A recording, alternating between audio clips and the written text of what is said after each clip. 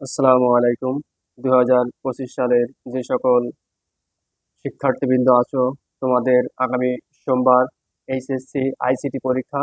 এই আইসিটির এমসিকিউ এবং সিকিউ এর সাজেশন দিব।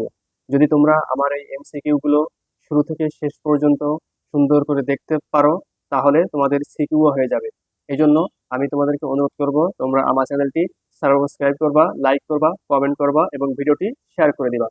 খেয়াল করো প্রিয় শিক্ষার্থীবৃন্দ, 1 নম্বর কি বলছে, এ ইকুয়াল 1, বি ইকুয়াল 0 এর জন্য এ এক্সর বি ইকুয়াল কি হবে? এ এক্সর গেটের আউটপুট চেয়েছে, যে এ এক্সর বি এটা কি হবে, যে এক্সর গেটের আউটপুট কি হবে। তাহলে খেয়াল করো যে এক্সর গেটে আমি যদি ইনপুট আউটপুট তৈরি করি, 0 1 0 1, ডাবল 0 ডাবল 1, এই দুইটা ইনপুট, এটা একটা ইনপুট, এটা একটা ইনপুট। খেয়াল করো, এরপরে যদি আমি আউটপুট তৈরি করি, কি তৈরি করি? আউটপুট তৈরি করি।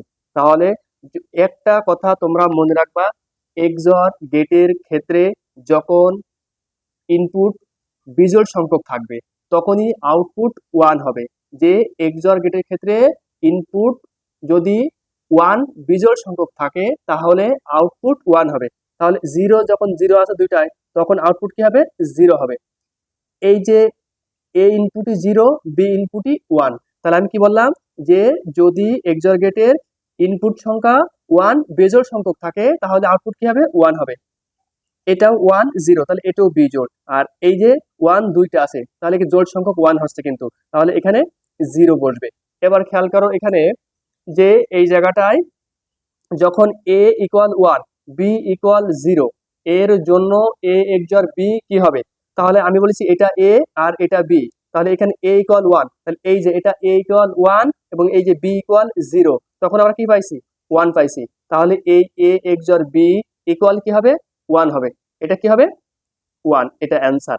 এটা এই 1 নম্বর এমসিকিউ এর অ্যান্সার। তাহলে একবারে এক্সর গেটও হয়ে যাচ্ছে এবং এক্সর গেটের সত্যক সারণী হয়ে যাচ্ছে এবং এক্সর গেট থেকে যে অঙ্ক আসবে সেটিও হয়ে যাচ্ছে।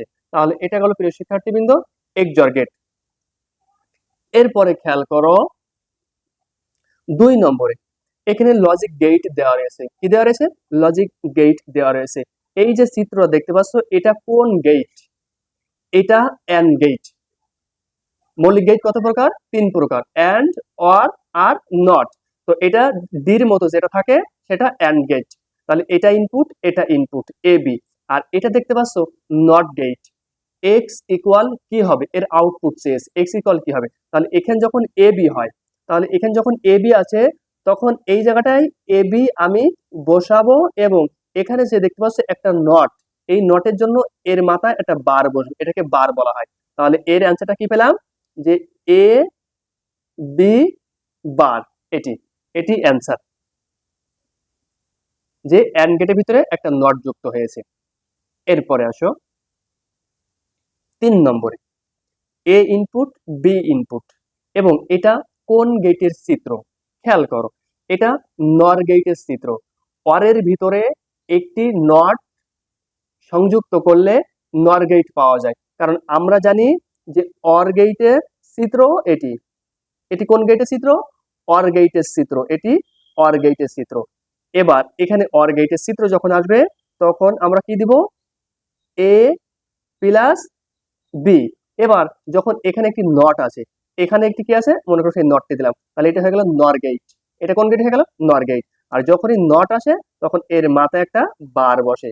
তাহলে আমরা কি উত্তর পেলাম?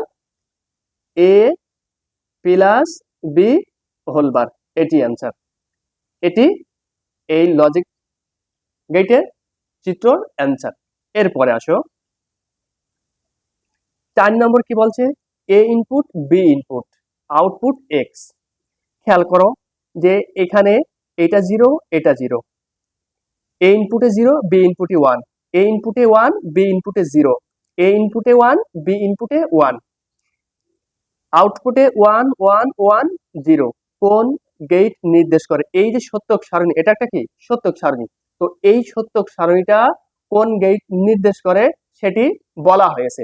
তাহলে যখন বলা হয়েছে, এটা খেয়াল করো যে যখনই সবগুলো ইনপুট 1 হবে তখনই আউটপুট জিরো হবে। এই একটা মনে রাখলেই তোমরা এই গেটটা সম্পর্কে জেনে যাবা এবং এই সম্পর্কে অঙ্ক আসলে তোমরা করতে পারবা যে যখনই প্রত্যেকটা ইনপুটে 1 হবে তখনই আউটপুট জিরো হবে। কোন গেটে? NAND gate. কোন gate? NAND gate.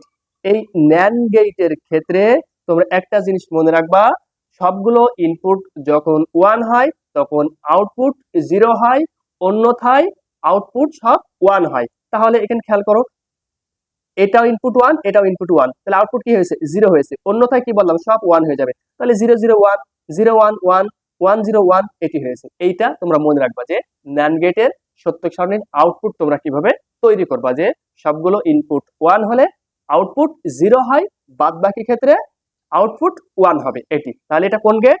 NAND gate নির্দেশ করে। এই সত্য সারণীটি কোন গেট নির্দেশ করলো? NAND গেট নির্দেশ করলো। এরপরে আসো 5 নম্বরে। 5 নম্বর আরেকটি লজিক গেট দেখো। এখানে খেয়াল করো, এ ইনপুট, বি ইনপুট এবং এখানে ডির মতো আছে। প্রথমে তোমরা কি খেয়াল করবা? এই ডির মতো করে আগে এঁকে নাও। এটা ইনপুট, এটা ইনপুট, এই গেল। তাহলে এখানে ইনপুট এ, এখানে ইনপুট বি। এবার খেয়াল করো তো যে এটা কোন গেট নির্দেশ করে? এটি অ্যান্ড গেট নির্দেশ করে। তাহলে অ্যান্ড গেট মানে কি? গুণ। তাহলে এ বি হলো। এবার খেয়াল করো, এখানে একটি নট আছে, সেই নটটি এখানে বসালাম এবং এই নটের জন্য এই উপরে বার বসবে। তাহলে এটি কোন গেট হয়ে গেল? এটি ন্যান্ড গেট হয়ে গেল।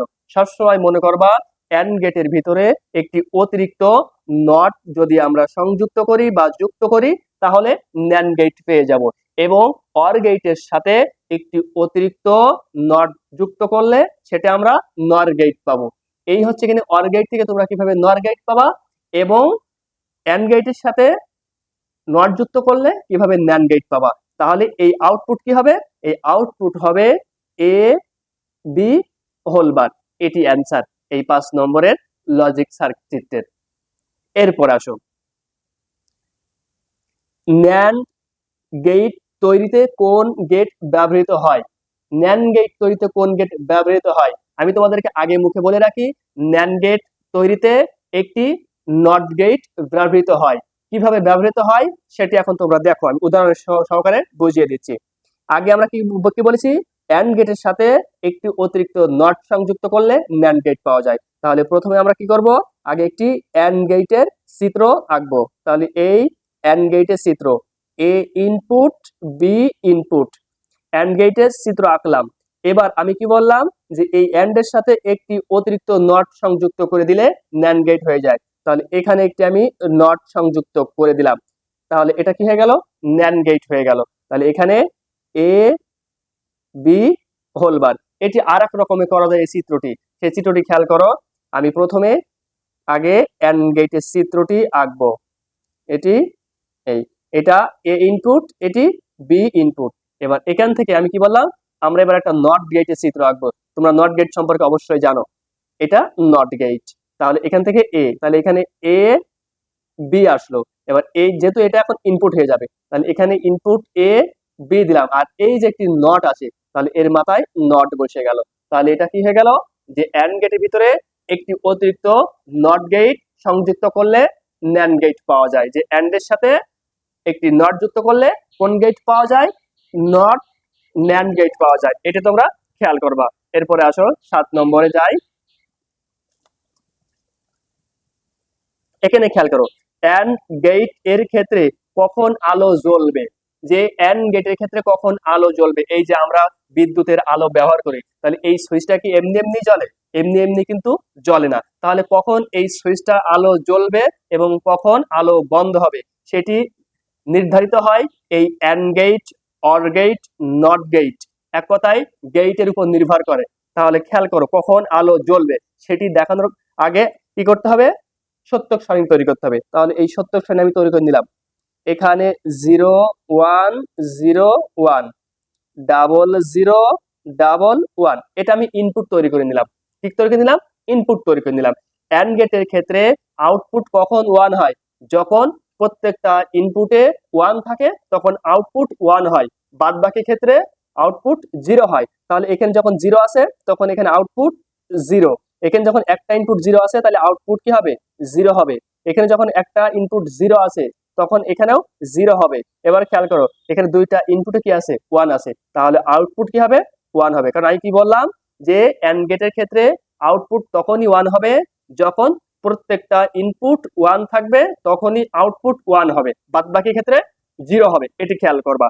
তাহলে এখন এন্ড গেট এর ক্ষেত্রে কখন আলো জ্বলবে, যখনই দুইটি ইনপুটই ওয়ান হবে তখনই আলো জ্বলবে, নইলে আলো জ্বলবে না, অন্য সময় অফ হয়ে যাবে, এইটা খেয়াল করবা। তাহলে দুইটি ইনপুটই ওয়ান হলে আলো জ্বলবে কোন গেটে, এন্ড গেটের ক্ষেত্রে।